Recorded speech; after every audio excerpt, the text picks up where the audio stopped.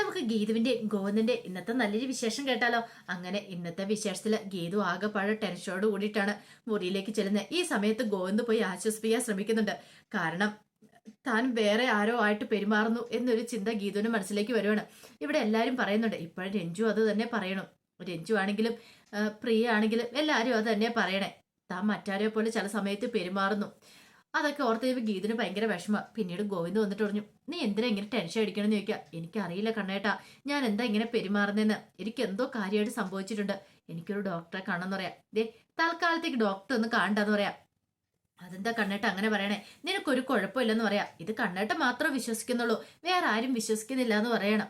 ഇത് കേട്ടിഞ്ഞപ്പോ ഗോവിന്ദ് പറഞ്ഞു, നിനക്ക് എന്ത് പ്രശ്നമുണ്ടെന്ന് നീ പറയണേ? അല്ല കണ്ണേട്ടനൊന്ന് ആലോചിച്ച് നോക്കിയേ. ഇപ്പൊ രഞ്ജു ആണെങ്കിലും പറയണു, ഞാനാണെങ്കിൽ രഞ്ജുവിന്റെ അടുത്തേക്ക് നേരത്തെ ചെന്നായിരുന്നു, ഒരു 5 മിനിറ്റ് മുമ്പ് എത്തിയായിരുന്നു. പക്ഷെ ഞാൻ അവിടെ ചെല്ലുന്ന ഗോവിന്ദനോടൊപ്പമാണ്. അങ്ങനെയാണ് ഞാൻ അവിടെ എങ്ങനെ എത്തി? ഇത് കേട്ടുകഴിഞ്ഞപ്പോഴത്തേനും ഗോവിന്ദ് പറഞ്ഞു, അതെന്ന് തന്നെ വ്യക്തമായ കാര്യമല്ലേ. നിനക്ക് അങ്ങനെ ഒരു 2 വ്യക്തിത്വം ഇല്ലെന്നുള്ള കാര്യം. ഒരു പക്ഷേങ്കിൽ നീ അവിടെ ചെന്നിട്ടില്ല, അതെനിക്കറിയാവുന്ന കാര്യല്ലേ. പക്ഷെ കണ്ണേട്ട അതല്ല, എനിക്ക് തോന്നുന്ന മറ്റേ മണിച്ചിത്രത്താഴ് സിനിമയുണ്ടല്ലോ, അതിനകത്ത് ഗംഗയ്ക്കറിയാം നകുലിന്റെ ഉറക്കത്തിന്റെ ആഴം എന്ന് പറഞ്ഞ പോലെ ഒരു പക്ഷെ ഞാൻ ചിലപ്പോൾ വേറൊരാളായിട്ട് അങ്ങോട്ട് ചെന്നിട്ടുണ്ടെങ്കിലോ. ഓ എന്റെ പൊന്നും വണ്ടി, അത് സിനിമയല്ലേ, അതുപോലെയാണോ ഇത് എന്ന് ചോദിക്കണം. എന്നാലും എനിക്ക് അതും കൂടി വിശ്വസിക്കാൻ പറ്റുന്നില്ലെന്ന് പറയണം. നീ ഒരു കാര്യം ചെയ്യ, തൽക്കാലത്തെക്കുറിച്ച് അതിനെക്കുറിച്ചൊന്നും ചിന്തിക്കേണ്ടെന്ന് പറയും. കണ്ണേട്ടന് ഇത് പറയാം, കണ്ണേട്ടൻ മാത്രം ഇങ്ങനെ പറയുന്നുള്ളൂ. എനിക്കൊരു ഡോക്ടറെ കാണണമെന്ന് പറയണം. ഈ ഡോക്ടറെ കാണണം അതിനുള്ള പ്രശ്നമൊന്നും എനിക്കില്ല. എനിക്കെന്താ ഡോക്ടറെ കണ്ടാല്? ഞാൻ ഡോക്ടറെ കണ്ടാൽ കണ്ണേട്ടൻ എന്താ കുഴപ്പമിരിക്കണമെന്ന് ചോദിക്കണം. കണ്ണേട്ടൻ മാത്രമല്ലേ വിശ്വസിക്കുന്നുള്ളൂ എനിക്കൊരു കുഴപ്പമില്ലെന്ന്. പക്ഷെ ഈ വീട്ടിലുള്ള എല്ലാവരും വിശ്വസിക്കുന്നുണ്ട് എന്റെ മനോനില തെറ്റിയിട്ടുണ്ടെന്നുള്ള കാര്യം. പക്ഷേങ്കിൽ എനിക്കത് സഹിക്കാൻ പറ്റുന്ന കാര്യമല്ലെന്ന് പറയും. അവസാനം ഗോവിന്ദ് പറഞ്ഞു, എടി മണ്ടി, ഒരു പക്ഷേങ്കിലേ നിന്നെപ്പോലെ തന്നെ വേറെ ആരെങ്കിലും ആണെങ്കിലോ അത് എന്നെപ്പോലെയോ? അതെ, അല്ല ഈ പറഞ്ഞൊന്ന് ആലോചിച്ച് നോക്കിയേ. ഇപ്പം രഞ്ജുവിൻ്റെ അടുത്തേക്ക് നീ ഒരു 5 മിനിറ്റ് മുമ്പ് ചെന്നെന്ന് പറഞ്ഞു. അപ്പൊ നിന്നെ പോലെയുള്ള ആരെങ്കിലും ആണെങ്കിലോ? അത് ഞാൻ ഒരു കാര്യം ചോദിച്ചിട്ട് കണ്ടേട്ടാ, രഞ്ജുവിന് എന്നെ കണ്ടാൽ തിരിച്ചറിയാൻ പാടില്ലേ? ഒരു അതിഥി തൊഴിലാളി പറഞ്ഞു അവരുടെ കയ്യിൽ നിന്ന് ഫോൺ മേടിച്ച് ഞാൻ ഫോൺ വിളിച്ചെന്ന്. അല്ല അയാൾക്ക് ചിലപ്പം സാദൃശ്യം ചിലപ്പോൾ ഇച്ചിരി മാറിപ്പോ ചാൻസ് ഉണ്ട്. എന്നെ ചിലപ്പോൾ ആ അടുത്ത് ചെല്ലുന്ന പെണ്ണിനെ കണ്ടുകഴിയുമ്പോൾ. പക്ഷെ നമ്മുടെ സ്വന്തം വീട്ടുകാർക്ക് എന്നെ കണ്ടാൽ തിരിച്ചറിയാലോ, അവർക്ക് മാറിപ്പോന്ന് ചോദിക്കുക. എന്റെ ഓരോ ചലനങ്ങളും അവർക്ക് വ്യക്തമായിട്ട് അറിയാം, എന്റെ മുഖം അവർക്ക് നന്നായിട്ട് അറിയാവുന്നല്ലേ, പിന്നെ കുടുംബത്തിലുള്ളവർക്ക് എങ്ങനെ മാറിപ്പോണേന്ന് ചോദിക്കുക. ഇത് കേട്ട് ചെമ്പ് കോന്ന് പറഞ്ഞ, അല്ലാതെ പിന്നെ ഞാന് ഒരു പക്ഷെ നിന്നെപ്പോലെ തന്നെ വേറെ ആരെങ്കിലും ഉണ്ടെങ്കിലോ? 7 പേരുണ്ടെന്നല്ലേ പറയണേ. 7 പേരുണ്ടെങ്കിലും എന്നെ പോലെ അത്രയ്ക്ക് സാദൃശ്യം വരുന്ന ആരെങ്കിലും ഉണ്ടോന്ന് ചോദിക്കുകയാണ്. അല്ല അത് പിന്നെ ഉണ്ടെങ്കിലോ? ഈ സമയത്ത് ഗീത ഒരു നിമിഷം ഒന്ന് ആലോചിച്ചു. ഗീത പറഞ്ഞു, ചിലപ്പോ കണ്ടേനം എന്റെ കൂടപ്പുറപ്പ് ഉണ്ടായിരുന്നെങ്കിൽ എന്ന് പറയണം. ഇത് കേട്ടപ്പോ കഴിഞ്ഞത് ഗോവിന്ദ് പെട്ടെന്ന് ചോദിച്ചു, കൂടപ്പുറപ്പോ? ആര്? വിനോദോ? വിനോദ് നിന്റെ കൂടെ ഉണ്ടല്ലോ എന്ന് പറയണ. പെട്ടെന്നാണ് ഗീതു ആ കാര്യം പറയണേ. അതല്ല കണ്ണേട്ടാന്ന് പറയാം. കണ്ണേട്ടനോട് ഇതിലായിട്ട് ഞാൻ ആ കാര്യം പറഞ്ഞിട്ടില്ല. ഇല്ല അല്ലേന്ന് ചോദിക്കണം. എന്ത് കാര്യം? എനിക്കൊരു കൂടപ്പിറപ്പ് ഉണ്ടായിരുന്നു പറയണ. കൂടപ്പിറപ്പോ? അതെ, എന്നോടൊപ്പം അമ്മ 10 മാസം വയറ്റിലിട്ടോണ്ടിരുന്ന വേറൊരാളും കൂടെ ഉണ്ടായിരുന്നു. പക്ഷേങ്കില് ജനനത്തോട് കൂടിയിട്ട് അവര് മരിച്ചു പോയെന്ന് പറയാം. എന്നെ പോലെ എന്റെ പ്രായത്തിലുള്ള അതേ പെൺകുട്ടിയായിരുന്നു പറയണേ. പെൺകുട്ടിയോ? അതെ, മരിച്ചു പോയെന്ന് അറിയാൻ കഴിഞ്ഞെന്ന് പറയണ. ഇത് കേട്ടപ്പോഴും ഗോവിന്ദനിലൊരു ഞെട്ടലുണ്ടായി. അങ്ങനെയാണെങ്കിൽ മാർഗഴി ഒരു പക്ഷേങ്കിൽ ആ മരിച്ചെന്ന് ഇവര് കരുതുന്ന ഗീതുവിന്റെ അതേ കൂടപ്പുറപ്പ് തന്നെ ആയിരിക്കണം. പക്ഷെ അതെങ്ങനെ അവിടെ എത്തി? ഗോവിന്ദന് എത്തും പിടിയും കിട്ടിയില്ല. പിന്നീട് ഗീത പറഞ്ഞു, ഇത്രയും കാലം ഞാനിത് മറച്ചു വെച്ചു. ഞാൻ ഒരിക്കലും ഓർക്കാൻ ആഗ്രഹിക്കാത്ത കാര്യമായിരുന്നു. എന്റെ അമ്മ ഇടയ്ക്കിടയ്ക്ക് അതിനെക്കുറിച്ച് പറഞ്ഞ് വിഷമിക്കുന്നത് ഞാൻ കാണാറുണ്ട്. അച്ഛനോട് അതിനെ പറഞ്ഞ് വഴക്കുണ്ടാക്കാറുണ്ട്. ശരിക്കും പറഞ്ഞാല് എന്റെ അച്ഛന് പെൺകുട്ടികളെ ഇഷ്ടമില്ലായിരുന്നു. എന്റെ അമ്മ പ്രസവിച്ച സമയത്ത് പെൺകുട്ടിയാന്ന് അറിഞ്ഞിട്ട് എന്നെ മൈൻഡ് പോലും ചെയ്തില്ല. ഹോസ്പിറ്റലിൽ പോലും കൊണ്ടാ വൈകിന്ന് അറിഞ്ഞിട്ട് പ്രസവവേദന വന്നു കഴിഞ്ഞിട്ട് ഹോസ്പിറ്റലിൽ പോലും കൊണ്ടുപോയില്ല. വിനോദിനോടായിരുന്നു എന്നെ സ്നേഹം. ചെറുപ്പത്തിലൊക്കെ വിനോദിനെ എവിടെ വെള്ളം കൊണ്ടുപോകും. എന്നെ കൊണ്ടുപോകാറൊന്നും ഇല്ലായിരുന്നു, ഒരിടത്തും കൊണ്ടുപോകാറില്ല, ഞാൻ പെൺകുട്ടി ആയതുകൊണ്ട്. പിന്നെ ഞാൻ ഡെലിവറി ഒക്കെ നടത്തി ഇങ്ങനെ പൈസയൊക്കെ ഉണ്ടാക്കാൻ തുടങ്ങിയതിന് ശേഷമാണ് അച്ഛൻ എന്നോട് ഇത്രയെങ്കിലും സ്നേഹം കാണിച്ചു വരുന്നത്. അതുവരെ എന്നെ സ്നേഹിക്കത്ത് പോലും ഇല്ലായിരുന്നു പറയണം. ഇത് കേട്ട് കഴിയുമ്പോൾ ഗോവിന്ദനൊരു ഞെട്ടലുണ്ടായത്. പിന്നീട് ഗീത പറഞ്ഞു, പിന്നെ എനിക്കിതൊക്കെ പരിചയമായതുകൊണ്ട് കുഴപ്പമില്ലാതായി. അങ്ങനെയാണ് എൻ്റെ ബാല്യകാലം എന്നൊക്കെ പറയണം. പെട്ടെന്ന് ഗോവിന്ദൻ എന്ത് ചെയ്യണം നിർത്തില്ല. ഗോവിന്ദന്റെ മുഖഭാവം കണ്ടു കഴിഞ്ഞപ്പോൾ ഗീതി ചോദിച്ചു, അല്ല എന്താ കണ്ണേട്ടെ, എന്ത് പറ്റിയെന്ന് ചോദിക്കുക. അല്ല നീ പറഞ്ഞ ഈ കഥകളൊക്കെ കേട്ടിട്ട് ഒരു നിമിഷം ഇങ്ങനെ ഇരുന്നാ അതിനെക്കുറിച്ച് ഞാൻ ചിന്തിച്ച. അല്ല ആ കുഞ്ഞു മരിച്ചു പോയെന്ന് ഉറപ്പാണെന്ന് ചോദിക്കും. അതെ, ആ കുഞ്ഞു മരിച്ചു പോയെന്ന് അമ്മയൊക്കെ പറഞ്ഞ് എന്ന് പറയണം. അത് കേട്ട് ഞാൻ പിന്നെ ഗോവിന്ദൻ എന്ത് ചെയ്യണം നിർത്തില്ല. വല്ലാത്തൊരവസ്ഥയെപ്പോയി, വല്ലാത്തൊരു വീർപ്പുമുട്ടലും കാര്യങ്ങളൊക്കെ.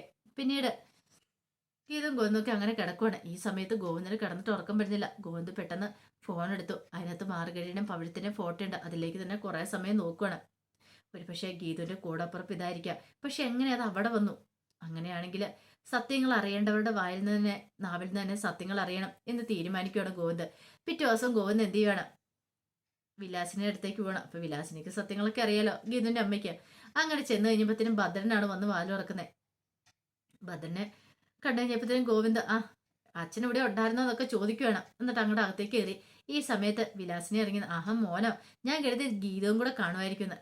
അവള് വന്നില്ല, എനിക്കിവിടെ അടുത്ത് വരെ വരേണ്ട ഒരു ആവശ്യമുള്ളതുകൊണ്ട് ഞാൻ ഇങ്ങോട്ടേക്ക് വന്നാന്ന് പറയണം. ആണോ മോന്, ഞാൻ ചായ എടുക്കാന്നൊക്കെ പറയണം. അങ്ങനെ അങ്ങോട്ട് പോയി കഴിഞ്ഞപ്പോഴത്തേനും ഭദ്രൻ അവിടെ ഇരുന്നു. ഭദ്രൻ പിന്നീട് ചോദിച്ചു, അല്ല എന്ത് പറ്റി ഇങ്ങോട്ടേക്ക് വന്നേ? അത് പിന്നെ പ്രിയനെ ഇങ്ങോട്ട് കൂട്ടിക്കൊണ്ട് വരുന്നതിന്റെ കാര്യം പറയണം, മുഹൂർത്തം കുറിപ്പിക്കണം, അതിന്റെ കുറച്ച് കാര്യങ്ങളൊക്കെ സംസാരിക്കാൻ വേണ്ടിയാന്ന് പറയണം. ഓ അങ്ങനെയാണല്ലേ, അത് നല്ല കാര്യം, കുഴപ്പമൊന്നുമില്ല. പിന്നീട് ഭദ്രനാണെങ്കിൽ തനിക്ക് വലിയ ഏതാണ്ട് അറിയാന്നൊക്കെ പറഞ്ഞ് താനൊരു സന്യാസിയാണെന്നുള്ള രീതിയിലുള്ള ചോദ്യങ്ങളും പറച്ചിലുമാണ് ഗോവിന്ദനോട് നടത്തുന്നത്. ഗോവിന്ദ് വിട്ടുകൊടുക്കോ? ഗോവിന്ദ് അതിനേക്കാളും വലിയ വിദ്വാനല്ലേ. ഗോവിന്ദിന് കുറെ സംസ്കൃതം കാര്യങ്ങളൊക്കെ അറിയായിരുന്നു. ഭദ്രനെ അങ്ങനെ അവിടെ ഇട്ട് തറ പറ്റിക്കുകയാണ്. അവസാനം ഭദ്രനോട് പറഞ്ഞു, അതെ മുഹൂർത്തം കുറിപ്പിക്കാനുള്ള പൈസയുണ്ട്, പോയി മുഹൂർത്തം കുറിപ്പിച്ചിട്ട് വരാനും പറഞ്ഞു. അങ്ങനെ ഭദ്രനെ അങ്ങോട്ട് പറഞ്ഞു വിടുകയാണ്. ഭദ്രൻ പോയി കഴിഞ്ഞപ്പോൾ ഗോവിന്ദന് സമാധാനമായി. ഇനി ആന്റിയോട് കാര്യങ്ങളൊക്കെ ചോദിച്ച് മനസ്സിലാക്കുക എന്ന് കരുതിയിരിക്കുകയാണ്. അപ്പോഴേക്കും ചായയായിട്ട് വിലാസിനെ അങ്ങോട്ട് വന്നു. അങ്ങനെ വന്നു കഴിഞ്ഞിട്ട് ഇങ്ങനെ സംസാരിക്കണ സമയത്ത് ഇങ്ങനെ ഓരോ കാര്യങ്ങളൊക്കെ പറയണം. ആ സമയത്ത് ഗോവിന്ദന് അറിയത്തില്ല എങ്ങനെ ഈ കാര്യം ചോദിക്കണം. കാര്യം ചോദിച്ചിട്ടുണ്ടെങ്കിൽ എങ്ങനെ ഉത്തരം പറയുമെന്ന് പറയാൻ പറ്റില്ലല്ലോ. പിന്നീട് ഒരു നിമിഷം ആലോചിച്ചിട്ട് ഗോവിന്ദ് പറഞ്ഞു, അത് പിന്നെ കഴിഞ്ഞ ദിവസം ഞാൻ പുറത്തു പോയ സമയത്ത് ഒരു ആന്റിയെ കണ്ടായിരുന്നു വഴിക്ക് വെച്ച്. അമ്മയുടെ ഒരു പഴയ പരിചയക്കാരിയാ. അമ്മയൊക്കെ സുഖമാണോ അങ്ങനെയൊക്കെ ചോദിച്ചെന്ന് പറയണം. അതാരാ മോനെ അന്ന് അവർ ചോദിക്കുകയാണ്. അത് ഞാൻ ഫോട്ടോ കാണിക്കാന്നും പറഞ്ഞുകൊണ്ട് ഇങ്ങനെ ഫോട്ടോ കാണിക്കുന്നു. പവിഴെന്നോ അവരുടെ പേരെന്ന് പറയണം. പവിഴെന്നോ അങ്ങനെ ഒരു പേര് പെട്ടെന്നൊന്നും മനസ്സിലായില്ല വിനാശിനിക്ക്. അങ്ങനെ ഫോട്ടോ കാണിച്ചു കൊടുക്കുമ്പോഴത്തേനും ആ ഫോട്ടോയിലേക്ക് ആ നോക്കിയിട്ട് കുറെ സമയം ഇരുന്നു, ഒന്നും അങ്ങോട്ട് മനസ്സിലായില്ല. പെട്ടെന്ന് വെച്ചു, ഇതാ തമിഴ്ത്തിയല്ലേ എന്ന് ചോദിക്കണം. ഗോവിന്ദിൽ ഒരു ഞെട്ടലുണ്ടായി. തമിഴ്ത്തിയോ? അതെ, ഞാന് ഗീതുമോളെ പ്രസവിക്കുന്ന സമയത്ത് ഹോസ്പിറ്റലായിരുന്ന സമയത്ത് ഇവരും അവരുടെ പ്രസവത്തിന് വന്നിട്ടുണ്ടായിരുന്നു പറയണം. ആ സമയത്ത് ഇവരുടെ കുഞ്ഞിന് എന്തോ സംഭവിച്ചു. പിന്നീട് ഇവരുടെ കുഞ്ഞ് മരിച്ചു പോയെന്ന് ചെയ്തു. കുഞ്ഞാണെങ്കിൽ പ്രസവത്തിന് ശേഷം ഇൻക്യുബേറ്ററിലൊക്കെ ആയിരുന്നു. എന്തോ പ്രശ്നങ്ങളും കാര്യങ്ങളൊക്കെ ആ കുഞ്ഞിനുണ്ടായിരുന്നു പറയാ. ആ സമയത്ത് ഞാൻ ഇവരുമായിട്ട് നല്ല കൂട്ടായിരുന്നു. പിന്നെ എൻ്റെ ഇരട്ടകളിൽ ഒരാളും പോവുകയും ചെയ്തായിരുന്നല്ലോ. അതിൻ്റെ ഒരു വിഷമങ്ങളും കാര്യങ്ങളും ഒക്കെ എനിക്കും ഉണ്ടായിരുന്നു പറയണം. അപ്പോഴങ്ങനെയാണ് കാര്യങ്ങളൊക്കെ. ഗോവിന്ദൻ ഏകദേശം കാര്യങ്ങളൊക്കെ മനസ്സിലായി. പിന്നീട് എനിക്ക് അവരെക്കുറിച്ച് കൂടുതലായിട്ടൊന്നും അറിയത്തില്ല എന്ന് വിലാസിനെ പറയണം. ഓഹോ, അപ്പൊ അങ്ങനെയാണോ? ഒരു കാര്യം ഉറപ്പായി, ഒന്നെങ്കിൽ അവര് കുഞ്ഞിനെ എടുത്തായിരിക്കും, അല്ലെങ്കിൽ എന്താ ഏതാ എങ്ങനെയാണെന്നും അറിയത്തില്ല. അങ്ങനെയാണെങ്കിൽ എന്താണെന്നും കണ്ടുപിടിക്കണം എന്ന് ഗോവിന്ദ് വിചാരിക്കുകയാണ്. പിന്നീട് അവിടുന്ന് ഗോവിന്ദ് വീട്ടിലേക്ക് പോരുവാണ്. ഈ സമയത്ത് ഗീതുവും രഞ്ജും കൂടെ ഷോപ്പിങ്ങിനൊക്കെ പോയിട്ട് റെസ്റ്റോറൻറ്റിലേക്ക് പോയി. പിന്നീട് ഗീതു രഞ്ജുവിനോട് ചോദിച്ചു, അല്ല നിനക്കിനി എന്തെങ്കിലും പരിപാടി ഉണ്ടോ എന്ന് ചോദിക്കും. ഉണ്ട്, 1-2 പരിപാടി ഉണ്ട്. സ്റ്റിച്ച് ചെയ്യാൻ കൊടുക്കണം, പിന്നെ 1-2 സ്ഥലത്തൊക്കെ കയറണമെന്ന് പറയാം, അതിനുശേഷം നമുക്ക് പോകാമെന്ന് പറയണം. അങ്ങനെ അവരോട് സംസാരിച്ചുകൊണ്ടിരിക്കുകയാണ്. ഈ സമയത്താണ് ധ്യാനിന്റെ കോള് രഞ്ജുവിന് വരുന്നത്. രഞ്ജു കോളെടുത്ത് സംസാരിക്കാൻ തുടങ്ങി. പക്ഷെ അവിടെ അത്ര ക്ലിയർ ആയിട്ട് കിട്ടുന്നില്ലായിരുന്നു നെറ്റ് കണക്ഷൻ. ഈ സമയത്ത് ഗീതു പറഞ്ഞു, ഇനി അപ്പുറത്തേക്കും ഇപ്പുറത്തേക്കും മാറി നിൽക്കുക, അപ്പൊ ശരിക്കും കേട്ടു എന്ന് പറയാണ്. അങ്ങനെ രഞ്ജു ഫോണും വിളിച്ചുകൊണ്ട് അങ്ങോട്ടേക്ക് മാറിപ്പോവാണ്. ഈ സമയത്താണ് അങ്ങോട്ടേക്ക് അനാർക്കലിയുടെ വരവ്. അനാർക്കലി അങ്ങോട്ട് വരുമ്പോൾ രഞ്ജു അവിടെ ഫോൺ വിളിച്ചുകൊണ്ട് നിൽക്കുന്നുണ്ട്. ഓഹോ, താൻ ഒത്തിരി ആഗ്രഹിച്ച് ഇവിടെ നിന്ന് കാണാൻ വേണ്ടിയിട്ട്. രഞ്ജുവിനെ കണ്ടുകഴിയുമ്പോൾ എന്തോ ഒരു ഭയങ്കര സന്തോഷം അനാർക്കലിയുടെ മനസ്സിലുണ്ടാകുന്നുണ്ട്. പിന്നീട് അനാർക്കലി അങ്ങോട്ടേക്ക് ചെന്നു. അനാർക്കലി എന്നിട്ട് പറഞ്ഞു, മോൾ ഇവിടെ ഉണ്ടായിരുന്നോ? മോളെ കാണാൻ വേണ്ടി ഞാൻ കാത്തിരിക്കായിരുന്നു പറയണം. ഈ സമയത്ത് ധ്യാനോട് പറഞ്ഞു, അതെ ധ്യാന, ഒരു നിമിഷം എൻ്റെ മുന്നിൽ ധൂമകേത് വന്നിട്ടുണ്ട്, അത് ഞാൻ ഓടിച്ചിട്ട് വിളിക്കാന്ന് പറഞ്ഞുകൊണ്ട് കോള് കട്ട് ചെയ്യാണ്. പെട്ടെന്ന് അനാർക്കലിയുടെ മുഖം അങ്ങോട്ട് മാറി. നീ എന്താ വിളിച്ച് ധൂമകേതെന്നോ? പിന്നല്ലാതെ എൻ്റെ ഏട്ടൻ്റെ ശത്രുവല്ലേ നിങ്ങളെ പിന്നെ ഞാൻ എന്താ വിളിക്കേണ്ടതെന്ന് ചോദിക്കാം. ദേ ഞാനവിടെ ഫോൺ ചെയ്തുകൊണ്ടിരിക്കുന്നത് നിങ്ങൾ കണ്ടില്ലായിരുന്നോ? നിങ്ങൾ എന്തിനാ എൻ്റെ ഫോൺ ചെയ്ത് തടസ്സപ്പെടുത്തിയെന്ന് ചോദിക്കാം. അത് കേട്ട് കഴിഞ്ഞപ്പോഴത്തേനും അനാർക്കലി പറഞ്ഞു, നീ എന്തൊക്കെയാ പറയണെന്ന് ചോദിക്കും. എന്താ മനസ്സിലായില്ലേ? നിങ്ങൾ എന്തിനാ ഇങ്ങോട്ടേക്ക് വന്നേ? എന്നെ മണിയടിക്കാൻ വേണ്ട, അതൊന്നും നടക്കില്ല. എൻ്റെ കുടുംബത്തിന് ശത്രുവാ. നിങ്ങളെ ഞാൻ ശത്രുവായിട്ട് മാത്രമേ കാണുള്ളൂ. ദേ വെറുതെ എൻ്റെ അടുത്തേക്ക് കിന്നാരം പറയാനായിട്ട് വന്നാണ്ടല്ലോ, നിങ്ങളെ ശരിയാക്കൂന്നൊക്കെ പറയാണ്. അത് കേട്ട് ഇനിയിപ്പോൾ അനാർക്കലിക്ക് ദേഷ്യം വന്നു. അനാർക്കലി പറഞ്ഞു, നീ എന്താടി പറഞ്ഞേ? കിന്നാരം പറയാനേ നിന്റെ അടുത്തോ? നിന്റെ ധ്യാനം കല്യാണം നടത്തി തരുന്ന സമയത്ത് നീ അങ്ങനെയൊന്നും ആയിരുന്നില്ല പറഞ്ഞേ. ഞാൻ നിന്റെ അമ്മയെപ്പോലെയാന്നൊക്കെയാണല്ലോ പറഞ്ഞേ. എന്നിട്ട് ഇത്ര പെട്ടെന്ന് നീ കാല് വാരിയോന്ന് ചോദിക്കും. ഇത് കേട്ട് ഇനിയിപ്പം രഞ്ജു പറഞ്ഞു, ആ സമയത്ത് അങ്ങനെ പറഞ്ഞു എന്നും പറഞ്ഞുകൊണ്ട് നിങ്ങൾ എനിക്കെടുത്ത് തലേ വെക്കാൻ പറ്റുമോ? ഒരിക്കലും ഇല്ല. നിങ്ങളെ എനിക്ക് കാണുന്ന പോലും ഇപ്പോൾ ദേഷ്യമെന്ന് പറയണം. ഓഹോ, അത്രയ്ക്ക് ദേഷ്യമാണെന്ന് ചോദിക്കും. അതെ, എനിക്ക് നിങ്ങളെ കാണുന്ന പോലും ദേഷ്യ, എൻ്റെ കൺമുന്നിലേക്ക് പോലും വന്നേക്കരുതെന്ന് പറയണം. ഇത് കേട്ടിനിപ്പോ അനാർക്കലി പറഞ്ഞു, നീ എവിടം വരെ പോകുന്ന എനിക്ക് അറിയാടി. ഇപ്പൊ എനിക്കൊരു കാര്യം മനസ്സിലായി. ആ അറക്കൽ കുടുംബത്തിന്റെ സന്ദേഹം തന്നെ നീ, അതുകൊണ്ടല്ലേ നീ ഇങ്ങനെയൊക്കെ വിളിച്ചു പറയണ നിൽക്കും. അതെ, അതുകൊണ്ട് തന്നെയാന്ന് പറയണം. ആ സമയത്ത് ഗീതു രഞ്ജുനെ കാണാൻ പതുക്കെ എഴുന്നേക്കുവാണ്. എഴുന്നേറ്റ് നോക്കിക്കഴിഞ്ഞപ്പോഴത്തേനും അനാർക്കലിയും രഞ്ജുവും കൂടെ സംസാരിച്ചിരിക്കുന്നുണ്ട്. ഒരു നിമിഷം ഗീതു അവിടെ നിന്നു. ഈ സമയത്ത് അനാർക്കലി പറഞ്ഞു, അറക്കൽ കുടുംബത്തിന്റെ ശത്രു ഗോവിന്ദ് എനിക്ക്. പക്ഷേങ്കില് ഒരു കാര്യം ഉറപ്പായി, നീയും ആ ചോര തന്നെയല്ലേ, അപ്പൊ അതേ ഗുണഗണങ്ങൾ എങ്ങനെ കാണിക്കുള്ളൂ. ഇത് കേട്ടപ്പോ രഞ്ജു പറഞ്ഞു, അതെ, അതേ ഗുണഗണങ്ങൾ തന്നെ കാണിക്കുള്ളൂ. പക്ഷെ ഒരു കാര്യമുണ്ട്, എന്റെ ഗോവിന്ദന്റെ മേലെങ്ങാനും ഒരു തരം മണ്ണ് വാരിയിട്ട് നിങ്ങളെ ശരിയാക്കുമെന്ന് പറയണ്. നീ എന്താടി പറഞ്ഞെന്ന് ചോദിച്ചോണ്ട് രഞ്ജുവിന്റെ കർണത്തിനിട്ട് അങ്ങോട്ട് തല്ലുവാണ്. രഞ്ജു ഒട്ടും പഠിച്ചില്ല. നിങ്ങൾ എന്നെ തല്ലിയല്ലേ, നിങ്ങളുടെ തല്ലും കൊണ്ട് ഞാൻ പോകുന്നു ഓർത്തോ എന്നും പറഞ്ഞു ഗീതു അല്ല രഞ്ജു തിരിച്ചല്ലാനായിട്ട് അങ്ങോട്ട് കൈ പൊക്കുവാണ്. ഒറ്റ അടി അടിക്കാൻ അങ്ങോട്ട് വന്നു കഴിയുമ്പോഴത്തേനും പെട്ടെന്ന് ഗീതു രഞ്ജു എന്ന് വിളിക്കുകയാണ്. രഞ്ജു ഒരു നിമിഷം നിന്നു. വേണ്ട, അരുതെന്ന് പറയണം. അല്ല ഗീതു, ഇവരെ പിന്നെ തല്ലാതെ എന്താ ചെയ്യണ്ടേ? അമ്മയുടെ പ്രായമുള്ള സ്ത്രീയല്ലേ, അവരെ തല്ലണ്ടെന്ന് പറയാ.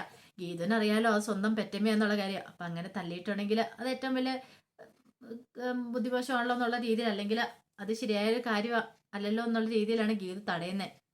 ആ സമയത്ത് രഞ്ജു പറഞ്ഞു, ഇവരെപ്പോലുള്ള സ്ത്രീയെ ഞാൻ തല്ലിയല്ലാതെ പിന്നെ എന്താ ഗീതു ചെയ്യേണ്ടതെന്ന് ചോദിക്കാം. തൽക്കാലത്തേക്ക് ഇനി തല്ലുവൊന്നും ചെയ്യണ്ട, പോട്ടെ, അവരെ വിട്ടേക്കാൻ പറയണം. പിന്നീട് ഗീതു അങ്ങോട്ടേക്ക് വന്നിട്ട് പറഞ്ഞു, അതെ, ഇവർക്ക് തല്ലി കിട്ടുന്നതിന് അർഹതയുണ്ട്. പക്ഷെ നീ എന്താളും തല്ലണ്ടെന്ന് പറയണം. ഇപ്പൊ അവർക്ക് തല്ലി കിട്ടിയതുപോലെ ഉണ്ട്. ഒന്നും അല്ലേലും അവരുടെ നേരെ നീ തല്ലാനായിട്ട് കൈ പൊക്കിയില്ലേ, അത് തന്നെ ഇവർക്ക് കിട്ടുന്ന ഏറ്റവും വലിയ ശിക്ഷ. ഇതിൽ പരം ഒരു ശിക്ഷ അവർക്ക് കിട്ടാനില്ലെന്ന് പറയണം. പിന്നീട് രഞ്ജുവിനോട് പറഞ്ഞു, ബാ, നീ ഇനി ഇവിടെ നിൽക്കേണ്ട, വരാൻ പറയണം. ഇത് കേട്ട് കഴിഞ്ഞപ്പോൾ രഞ്ജു പറഞ്ഞു, ഇവര് പറഞ്ഞു കേട്ടായിരുന്നോ ഗീതു, നീ ചോദിക്കുക. എന്തേലും ആട്ടെ, അവരെന്തേലും പറയട്ടെ, നീ അത് മൈൻഡ് ചെയ്യാൻ പോണ്ട. ഈ സമയത്ത് രഞ്ജു പറഞ്ഞു, നിങ്ങളെ വെറുതെ വിടാൻ പോകുന്നില്ല, ഞാൻ എൻ്റെ ഗോവിന്ദനോട് ഇന്ന് പറഞ്ഞു കൊടുക്കും. ഗോവിന്ദാണ് നിങ്ങളെ ശരിയാക്കാൻ വരൂ എന്നൊക്കെ പറഞ്ഞുകൊണ്ട് രഞ്ജു വെല്ലുവിളികൾ നടത്തുവാണ്. പിന്നീട് ഗീതുവിനോടൊപ്പം അങ്ങോട്ട് പോവാണ്. അനാർക്കലി ആകെപ്പാടെ സമനില ഏറ്റുപോലെ നിൽക്കുക. അപ്പൊ അതിന്റെ വിശേഷങ്ങളൊക്കെ എന്ന് കാണുന്നത്. ഇതിന്റെ ബാക്കി വിശേഷങ്ങളുമായിട്ട് വൈകുന്നേരത്തെ പ്രമോയി വരാട്ടോ. ഒരിക്കൽ കൂടി എല്ലാവർക്കും ശുഭദിനം നേർന്നുകൊണ്ട് നിർത്തുന്നത്.